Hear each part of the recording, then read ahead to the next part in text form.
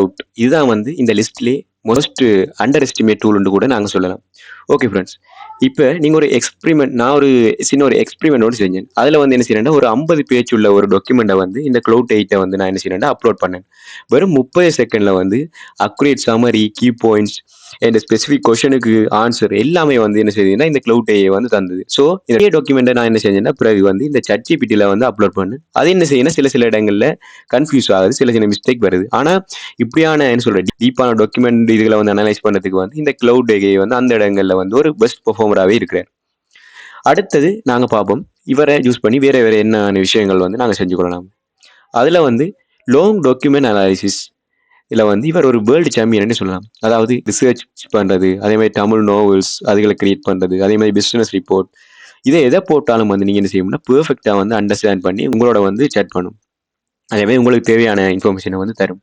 அடுத்த முக்கியமான விஷயம் இவரை யூஸ் பண்ணி என்ன செய்யலாம்னு பார்த்தீங்கன்னா ரைட்டிங் குவாலிட்டி வந்து இவரில் வந்து அற்புதமாக இருக்கும்னே சொல்லலாம். அதே மாதிரி கண்டென்ட் என்ன செய்ய முடியாது வந்து நேச்சுரலாக ஹியூமன் கிரியேட் பண்ணுற அளவுக்கு வந்து என்ன செய்ய முடியாது எழுதும். அதே மாதிரி இப்போ இவருக்கு கிரியேட் பண்ண கண்டென்ட்டை வந்து இப்போ ஹியூமன் கிரியேட் பண்ணாங்களா அல்லது ஏஐ கிரியேட் பண்ணான்னு சொல்லி கூட கண்டுபிடிக்கவே இல்லை. அந்த அளவுக்கு வந்து ஹியூமன் கிரியேட் பண்ண மாதிரி பெர்ஃபெக்டாக இருக்கும்.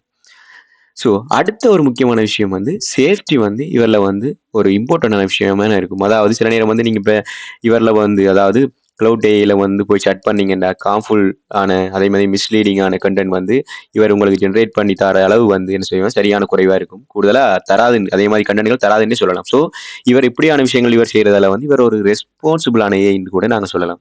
அவுட்ஸ்டாண்டிங் பெர்ஃபார்மர்னே சொல்லலாம் இப்படியான விஷயங்கள்ல இவர்.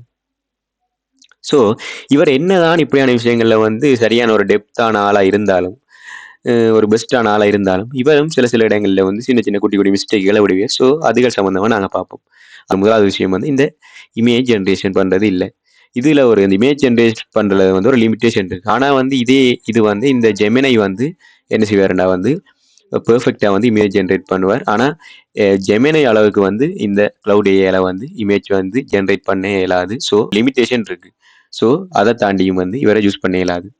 மற்றது இன்னொரு ட்ராபேக் என்னன்னு பார்த்தீங்கன்னா இந்த ரியல் டைம் வெப் சர்ச் வந்து இவருக்குல வந்து குறைவாக இருக்கும். அதாவது லேட்டஸ்ட் நியூஸை வந்து இவர்கிட்ட கேட்டிங்கன்னா வந்து இவர் உங்களுக்கு சொல்கிற தார லேட்டஸ்ட் நியூஸ் அளவு வந்து என்ன செய்யும்னா குறைவாக இருக்கும். ஸோ இதுவும் வந்து ஒரு சின்ன சின்ன ட்ராபேக். ஸோ இவரை நீங்கள் மெயினாக என்னத்துக்கு யூஸ் பண்ணலாம்டா வந்து யூஸ் பண்ணலாம்னு பார்த்தீங்கன்னா பெரிய அளவான பிளாக்ஸ்கள் கிரியேட் பண்ணுறாக்கள், அதே மாதிரி கண்டென்ட் ரைட்டர்ஸ், அதே மாதிரி பெரிய அளவான ரிசர்ச்கள் செய்கிறாக்கள், அதே மாதிரி லோயர்ஸ் ஸ்டூடெண்ட் யார் வந்து இந்த லாங் கண்டென்ட் ஹேண்டில் பண்ணுறாங்களோ அவங்களுக்கு வந்து இந்த க்ளவுட் வந்து ஒரு மிகப்பெரிய உதவியாக இருக்கும்.